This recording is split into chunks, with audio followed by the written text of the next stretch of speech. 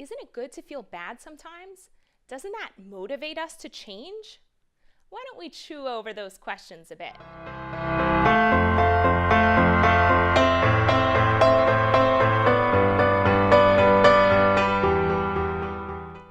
Welcome to Take Flight. I'm Chana Mason. I recently ran a workshop on the Work of Byron Katie for a group of therapists. They were quite challenged by this simple method of inquiry for evaluating limiting beliefs. It seemed too simple, too quaint. How could asking 4 easy questions and doing some turnarounds possibly create real change in people's lives? The big thing that got them stuck, that gets most people stuck to be honest, is when I questioned whether they had to believe that they should change in order to actually change. If you're a college-bound kid, don't you have to believe that you should do your homework? Or if you're obese, don't you need to believe that you should lose weight? It just makes perfect sense, doesn't it? One of the therapists, let's call her Alice, asked if we could try processing a simple challenge that she faced daily, biting her nails. She did it all the time, she found it unattractive and unhealthy, and no matter how much she tried, she just couldn't get herself to stop. Great, I said, let's do it.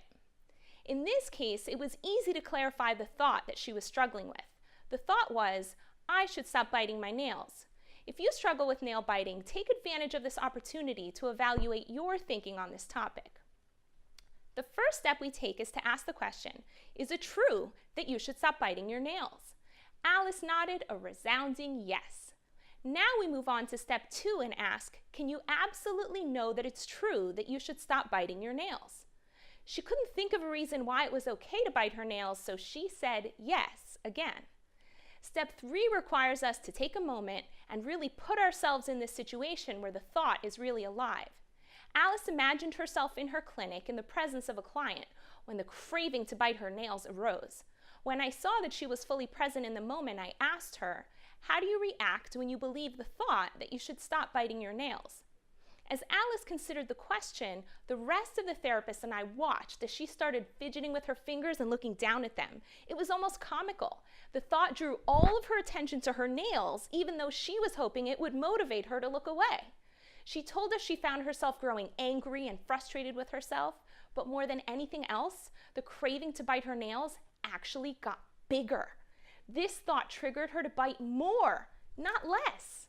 So when we continued on to step 4 and I asked Alice to take a deep breath and consider how she would be without the thought that she should stop biting her nails, she was surprised to find herself more present with her client, more relaxed, and not particularly interested in her nails anymore. Society tells us that we have to believe that we should start or stop a behavior in order to take it on or let it go. But I hope Alice's example gives you a taste of how the opposite can actually be more likely. I recommend you try using the Work of Byron Katie to process your collection of shoulds. And if you need assistance, I'm here. Send me an email and we'll book a time to inquire together either in person, via phone, or video conference. Learn more at chanamason.com. What are some of the shoulds you're struggling with? I'll bet you'd be surprised with how many others are struggling with the same things and how much we can all learn from each other. Write your shoulds and any questions or insights you have in the comment section below this video on chanamason.com and become part of our growing community.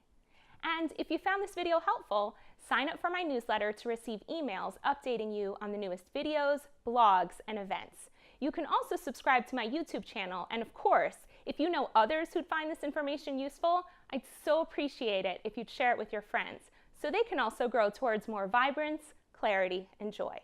In the meantime, I wish you many little joys.